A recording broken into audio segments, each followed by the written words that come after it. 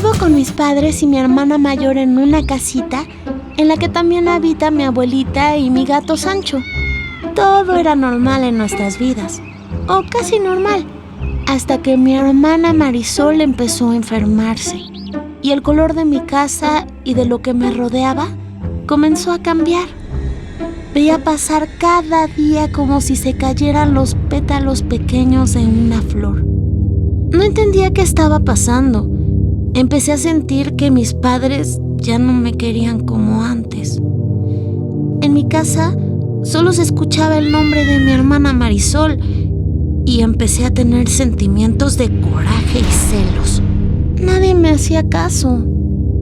Cometí el error de provocar que Sancho rompiera el jarrón que tanto le gustaba a mis papás, pero no me regañaron. Marisol dejó de ir a la escuela y ya no sale de su habitación.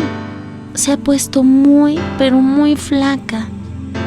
Quise meterme a su cuarto y decirle: estoy lista para jugar contigo. Tú serás la reina y yo tu sirviente. Te extraño. Solo quería que lo supiera.